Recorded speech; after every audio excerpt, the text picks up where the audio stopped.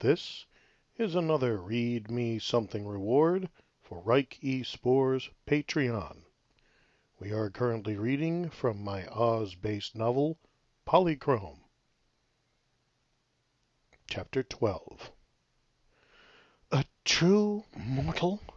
That little conniving snip of a fairy and her father have brought over a true mortal! The sky darkened above the gray castle as Queen Amanita clenched her fist and muttered a phrase in a language so dark that even Ugu winced. He could understand Amanita's fear. As a giantess in her origin, she was vastly more bound to fairy than even he, for the Hurkas were mostly mortal, merely using a magical supplement to gain their supernal strength. But that was not the only thing driving her current anger. "And read this! This!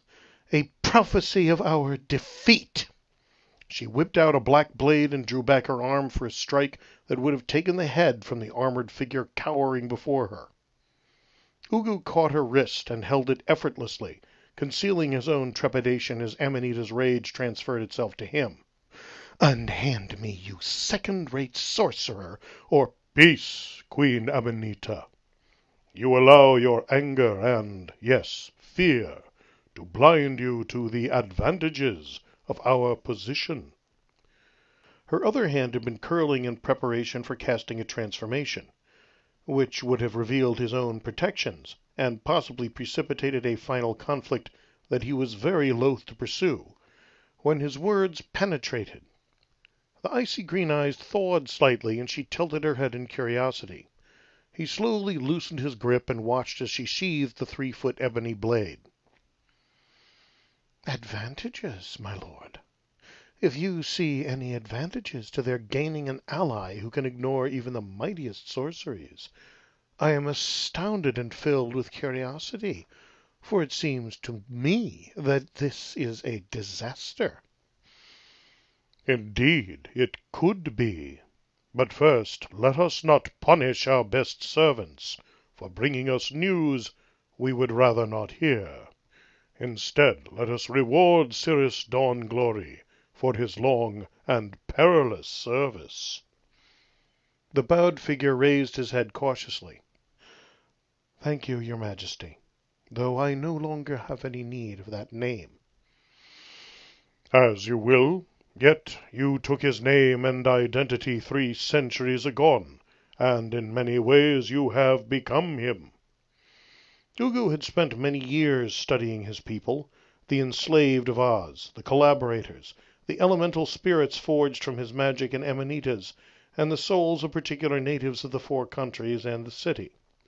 He had gained much understanding of the thoughts and feelings behind their actions, enough that he would, on occasion, privately admit to himself that it was his lack of such understanding which had led to his original defeat, in an almost inevitable manner. Amanita, he suspected, was incapable of such understanding in any but the most superficial and mechanical manner. This might, he hoped, prove one of his advantages in the end. He applied this knowledge carefully now. "I am sure that it was not easy to return to us with all you have brought." The eyes that met his were wary, fearful, and he could see the shift of glance toward the expectant green-haired queen. "How do you mean, your majesty?" "It would be a great wonder, Cirrus, if you could pass centuries at the side of a man so capable and loyal, live in the realm of such beauty, speak words of comfort and advice and friendship, and not have part of the lie become truth. Indeed, I would doubt you could have succeeded in your mission if your entire time in Iris's realm were naught but pure deception." Amanita's eyes narrowed and her hand twitched again towards her black sword, but his hand stilled her. "Part of us still remembers that it was I who freed her, for now." After a moment the false Cirrus nodded. "I did like him, Majesty. It pained me to betray him in the end." "I know it felt like a betrayal, Cirrus. Yet you entered there under our orders, following the imperatives of our kingdom. His own Cyrus did not betray him, but died fighting to the last, a noble death. He kept his face solemn and respectful, and in truth he felt respectful even if Amanita did not. You, then, have carried out a terrible and perilous mission for your true sovereigns, despite many temptations. Even Nimbus would understand this difference. You have done well. We will have much need of your counsel in the months ahead. Go, rest, refresh yourself. We shall send for you later." Clearly amazed at his good fortune, the false Cyrus, once merely one of the twisted tempests he had forged from McGilligan's soul, rose, bowed, and departed. Once the doors had closed and they were alone, Amanita turned a slit-eyed gaze to him. "If you ever interfere with me like that again, I will seriously consider renegotiating our bargain, King Ugo. Now explain to me these so-called advantages." He prevented himself from either an acid retort or a too condescending smile. He was coming to realize that Amanita was more volatile and possibly even less sane than he had previously believed. "I am tied to her, perhaps by destiny, and I had best be cautious until I have found a way to sever those ties. The advantages are three, my queen. Of primary and most overwhelming importance is that, unless our plans have gone terribly awry, not even Iris Mirabilis himself suspects that Cyrus Dawn-Glory has been an impostor, a creature of ours, since almost the day that Oz fell. Had any suspicions of him existed, they would have acted long before now, and the attack and destruction of his patrol was complete. None survived to report back that Cyrus had turned on them, and no other fairy were within any possible range of perception. Thus, what we have learned from him is our secret, and ours alone." She nodded, slowly. "But a minor advantage, unless there is much more gained from this knowledge." "And there is." He smiled coldly.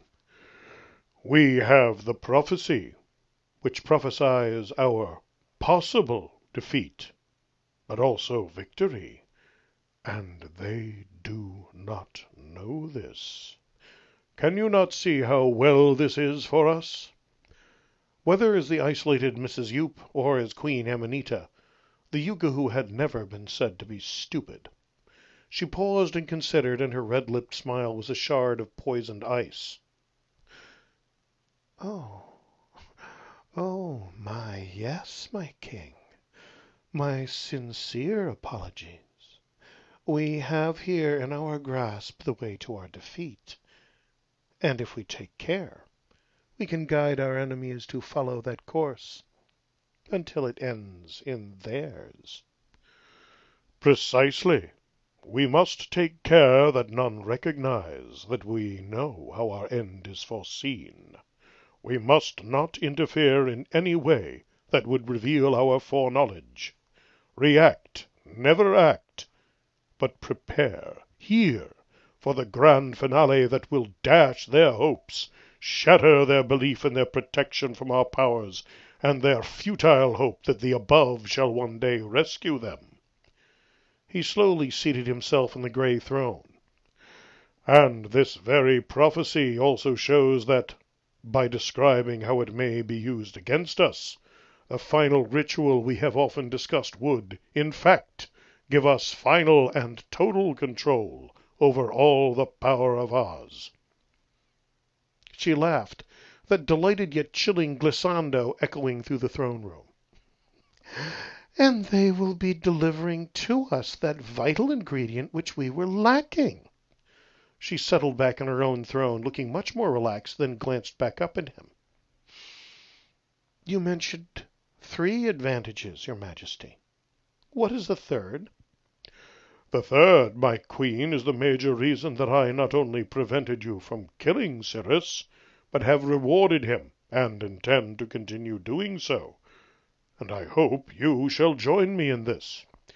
Even if we succeed in this grand final ritual, you know full well that it is Iris Mirabilis and his legions, and the connections that it is said he has to the above, which will pose the final and greatest threat to our eternal power over fairy and mortal lands.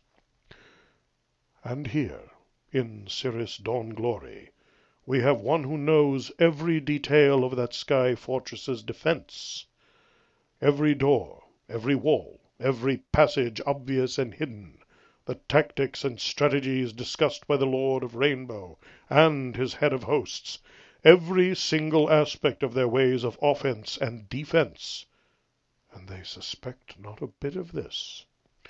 With his help, we may find that we can send our own warriors into the Rainbow Fortress without even sounding an alarm." Her laugh rang out again, and a moment later his own chuckle joined hers.